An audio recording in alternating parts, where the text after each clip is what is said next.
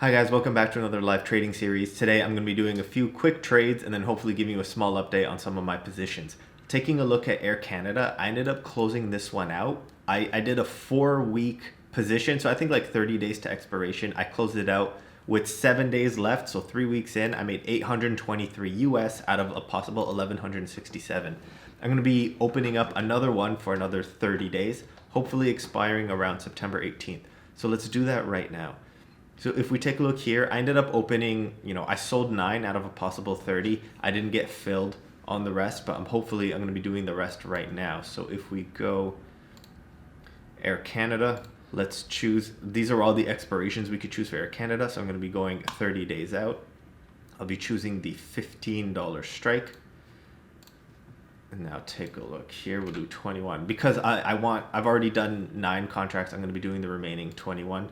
So if we choose around the midpoint, what do we do here? 0.65, 0.67. Let's try a little higher, 0.67.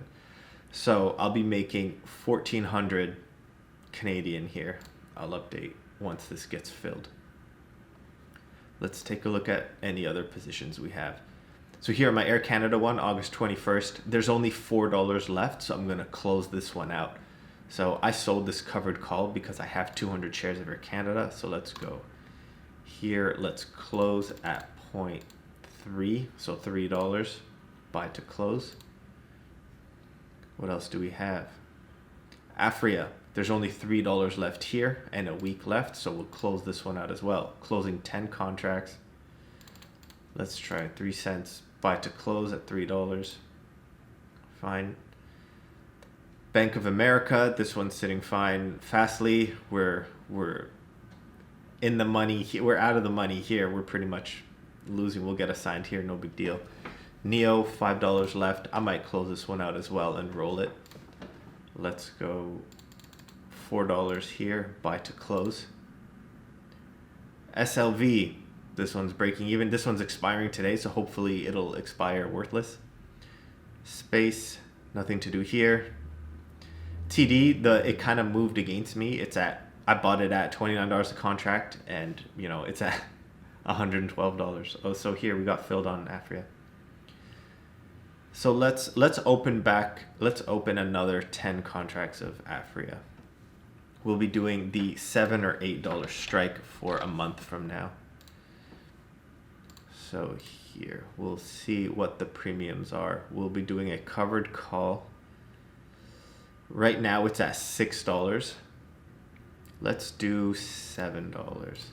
So September 18th, we'll do 10 contracts, 0.2. I'm choosing the midpoint. Sell will be making $200. Sell to open. Let's do this. We'll see if that one gets filled. I do want to show you another possible trade of mine. I usually do SPY expiration, like verticals on SPY, but I am thinking of doing one on Apple. See Apple kind of tanking. If we do, what are we gonna do? Let's say 440. We could do a 440, 435 spread that expires today. We could do 30 contracts of that. I am comfortable doing. For Apple, I think I'm gonna do a vertical at 440, 435. So let's do that now. We do here. If we do selling 30 contracts, we'll sell 440 by 435. Yeah, this isn't really that good. This isn't really that good. I'll only be making $130 on this. I think I'll do. Yeah, I think I'm gonna do it. Let's send the order and then let's see what happens. So here, let's go around $7. Make $150 on it. Send order. Order partially filled. Wow. Already, I ended up getting 12 out of 30 contracts. Let me pause here and come back maybe the end of the day, show you where my positions closed at, if I was able to get filled on all 30 contracts, and then we'll set up a plan for next week. Hey guys, it's the end of the trading day. I just want to give you an update on the Apple verticals, if they expired worthless, what happened with my Air Canada shares. So if you take a look here, what I like about Questrade, it kind of groups it for you together. If you could see here, it says vertical put.